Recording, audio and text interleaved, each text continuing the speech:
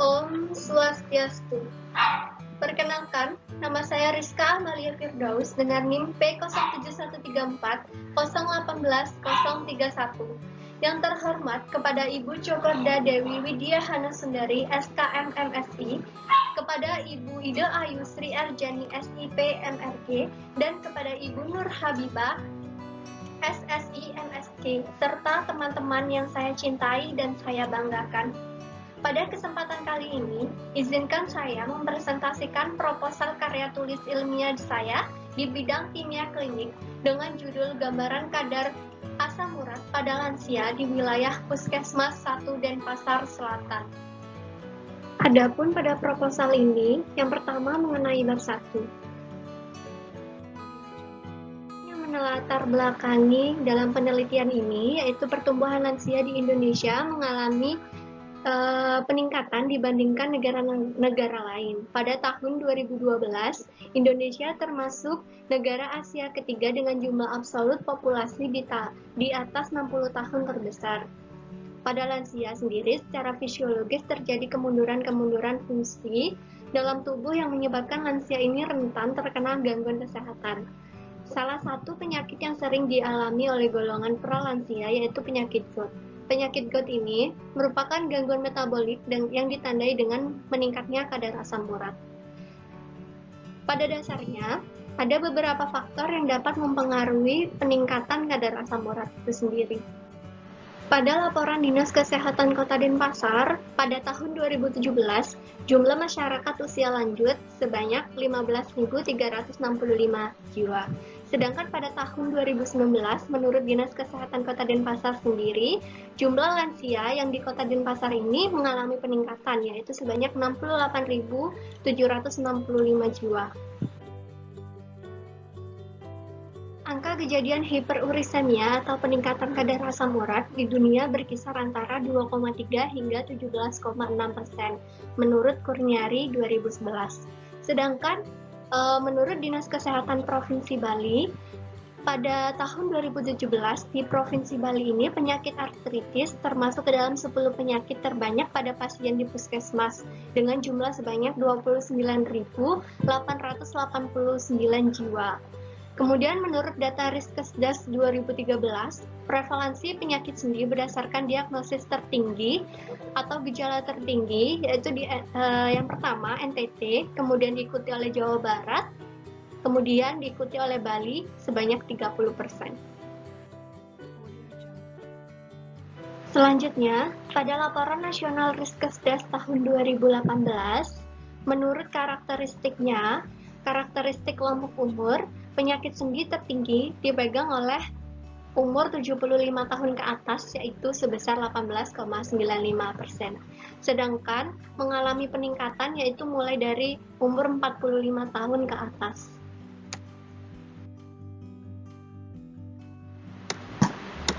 Pada rumusan masalah, saya mengambil bagaimanakah gambaran kadar asam urat pada lansia di wilayah Puskesmas 1 Denpasar Selatan. Pada tujuan penelitian, terdapat tujuannya yaitu yang pertama tujuan umum, untuk mengetahui gambaran hasil pemeriksaan kadar asam urat pada lansia di wilayah Puskesmas 1 Denpasar Selatan.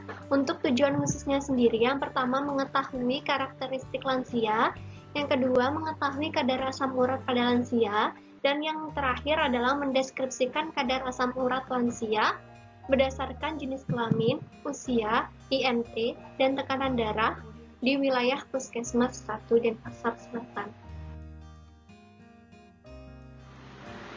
Adapun manfaat penelitiannya, yang pertama manfaat teoritis. Manfaat teoritis ini sebagai tambahan wawasan untuk penelitian lebih lanjut mengenai kadar asam urat pada lansia dan menambah kompetensi penulis di bidang kimia klinik. Sedangkan manfaat praktisnya diharapkan dapat memberikan manfaat, pengembangan ilmu pengetahuan, serta dapat dijadikan dasar penelitian lebih lanjut mengenai gambaran kadar asam urat pada lansia.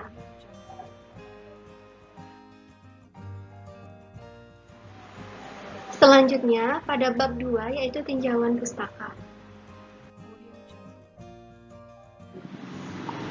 Yang pertama yaitu asam urat. Asam urat merupakan hasil akhir dari metabolisme purin. Purin sendiri adalah protein yang termasuk golongan nukleoprotein. Asam urat mengalir melalui ginjal, kemudian asam urat mengalami filtrasi, reabsorpsi, dan ekskresi melalui urin. Asam urat normal kadarnya pada laki-laki yaitu 3,5 hingga 7,0 mg per dl. Sedangkan pada perempuan kadarnya yaitu 2,6 hingga 6,0 mg per dl. Sifat dan struktur kimia asam urat terdiri dari hidrogen, nitrogen, dan oksigen. Asam urat merupakan asam lemah dengan pKa 5,75 dan 10,3. Metabolisme asam urat. Asam urat secara normal merupakan hasil akhir metabolisme dari purin. Metabolisme asam urat sendiri mengalami 3 tahap. Yang pertama, sintesis asam urat dimulai dari terbentuknya basa purin dan gugus ribosa. Selanjutnya, PRPP bereaksi dengan glutamin membentuk fosforibosilamin. Reaksi ini dikatalis oleh PRP glutamil aminotransferase. Yang terakhir, basa hiposantin terbentuk dari IMP diubah menjadi santin. Santin tersebut akan diubah oleh santin oksidase menjadi asam urat. Jenis asam urat terdiri dari primer dan sekunder. Kemudian faktor risiko yang menyebabkan kadar asam urat meningkat dipengaruhi oleh beberapa faktor. Yang pertama dari asupan makanan, aktivitas fisik, faktor keturunan, tekanan darah, obat-obatan, jenis kelamin, IMT, usia, dan konsumsi alkohol. Gejala khas dari asam urat yaitu pembengkakan, kemerahan, nyeri hebat, panas, dan gangguan gerak. Poin selanjutnya yaitu hiperurisemia. Hiperurisemia ini merupakan peningkatan kadar asam urat di atas normal. Gambaran klinis dari hiperurisemia yaitu asimptomatik, akut, dan kronik. Sedangkan secara etiologi dibagi menjadi primer dan sekunder.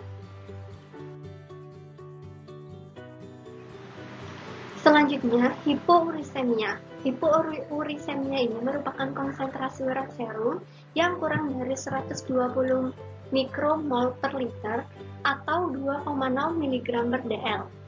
Poin selanjutnya yaitu lansia. Lansia ini merupakan istilah yang sering dipakai untuk manusia dengan usia 60 tahun ke atas. Batasan umur lansia ini dibagi menjadi 3. Yang pertama, lansia awal dengan umur 45 hingga 55 tahun. Sedangkan lansia akhir yaitu umur 56 hingga 65 tahun. Untuk yang terakhir, manula. Manula ini merupakan manusia dengan umur 65 tahun ke atas.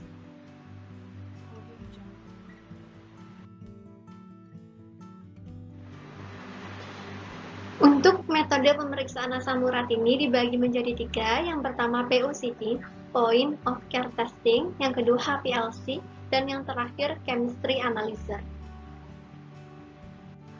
Untuk bab selanjutnya yaitu kerangka konsep. Pada kerangka konsep penelitian ini, faktor resiko asam urat yang diteliti yaitu meliputi usia, jenis kelamin, indeks massa tubuh atau IMT, dan tekanan darah. Sedangkan untuk faktor resiko asam urat yang lainnya tidak diteliti pada penelitian ini. Kemudian asam urat pada lansia itu diperiksa menggunakan metode pemeriksaan Point of Care Testing atau yang disebut dengan POCT. Kemudian kadar yang keluar diinterpretasikan termasuk ke dalam hipourisemia normal atau hiperurisemia. Untuk variabel dalam penelitian ini, variabel yang diteliti dalam penelitian ini adalah kadar asam urat pada lansia di wilayah Puskesmas 1 dan Pasar Selatan.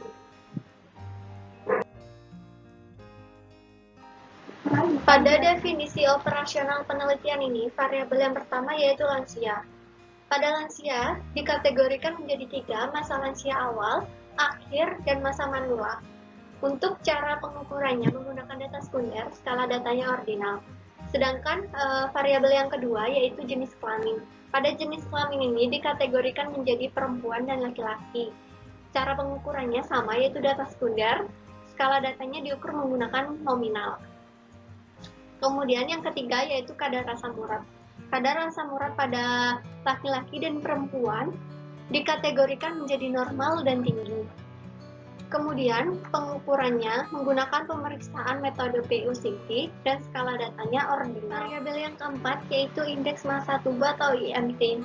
Dikategorikan menjadi kurang, normal, atau tinggi. Cara pengukurannya sama, menggunakan data sekunder dan skala datanya ordinal. Untuk selanjutnya tekanan darah. Tekanan darah ini dikategorikan menjadi hipotensi, normal, atau hipertensi. Cara pengukurannya menggunakan data sekunder dan skala datanya ordinal. Pada bab 4 yaitu metode penelitian. Pada jenis penelitian ini menggunakan penelitian kuantitatif dengan rancangan deskriptif. Alur penelitiannya dimulai dengan pengajuan proposal KTI, pengajuan izin penelitian, pengambilan data sekunder hasil pemeriksaan kadar asam urat pada lansia, kemudian pengumpulan data sekunder, melakukan pengolahan data, dan yang terakhir menyusun laporan. Untuk tempat penelitiannya dilakukan di Puskesmas 1 Denpasar Selatan. Dan waktu penelitiannya dimulai dari bulan Januari hingga April 2021. Populasi pada penelitian ini merupakan seluruh lansia yang melakukan pemeriksaan kadar asam urat di Puskesmas 1 Denpasar Selatan selama satu periode Januari hingga Desember tahun 2000. Pada poin selanjutnya, sampel penelitian. Untuk unit analisis yang digunakan yaitu kadar asam urat pada lansia dan respondennya lansia. Untuk jumlah dan besar sampel yaitu data hasil pemeriksaan kadar asam urat pada lansia menurut Sugiono 2011. Sampel yang layak yaitu sekitar 30 hingga 500 sampel. Dan teknik sampling yang digunakan pada penelitian ini teknik non-probability secara purposition. Sampel yang digunakan yang pertama, data responden yang diberikan berdasarkan persetujuan instansi Puskesmas 1 Denpasar Selatan. Yang kedua, yaitu wanita atau laki-laki lansia. Yang ketiga, lansia yang berumur 45 tahun hingga 90 tahun. Untuk jenis data yang dikumpulkan yaitu data sekunder. Teknik pengumpulan datanya yaitu dokumentasi. Instrumen pengumpulan datanya terdiri dari alat tulis untuk mencatat data lansia dan kamera untuk mendokumentasikan kegiatan penelitian. Untuk instrumen pemeriksanya terdiri dari alat dan bahan yang diperlukan untuk alat PUCT. Kemudian prosedur kerjanya terdiri dari pre-analitik. Pre-analitik meliputi pengumpulan data lansia dan pengambilan sampel kadar asam urat pada lansia yang dilakukan oleh petugas medis Puskesmas 1 Denpasar Selatan. Untuk analitiknya, yaitu prosedur pengerjaan sampel kadar asam urat menggunakan alat PUCT yang dilakukan oleh petugas medis Puskesmas 1 Denpasar Selatan. Untuk post analitik sendiri, meliputi data yang didapat, dikumpulkan, dan diinterpretasikan. Poin selanjutnya yaitu pengolahan dan analisis data. Yang pertama, teknik pengolahan data. Teknik pengolahan data, langkah-langkahnya meliputi data sekunder, kemudian data sekunder yang didapat, dicatat, dikumpulkan, dan diolah, kemudian disajikan dalam bentuk naratif dan tabel. Untuk analisa datanya sendiri, kadar asam urat ini dideskripsikan berdasarkan karakteristik yang sudah ditentukan, meliputi usia, jenis kelamin, indeks massa tubuh, dan tekanan darah. Kemudian hasilnya dibandingkan dengan nilai normal dan teori, yang kemudian selanjutnya akan dibahas. Itu etika penelitian. Etika penelitian ini terdapat 3, yaitu menghormati individu, kemanfaatan, dan yang terakhir berkeadilan. Sekian presentasi yang dapat saya sampaikan mengenai proposal karya tulis ilmiah saya. Dan mohon maaf bila ada kekurangan dalam penyampaian materi ataupun kesalahan kata yang saya sampaikan. Atas perhatiannya saya ucapkan terima kasih. Om Santi Santi Santi Om.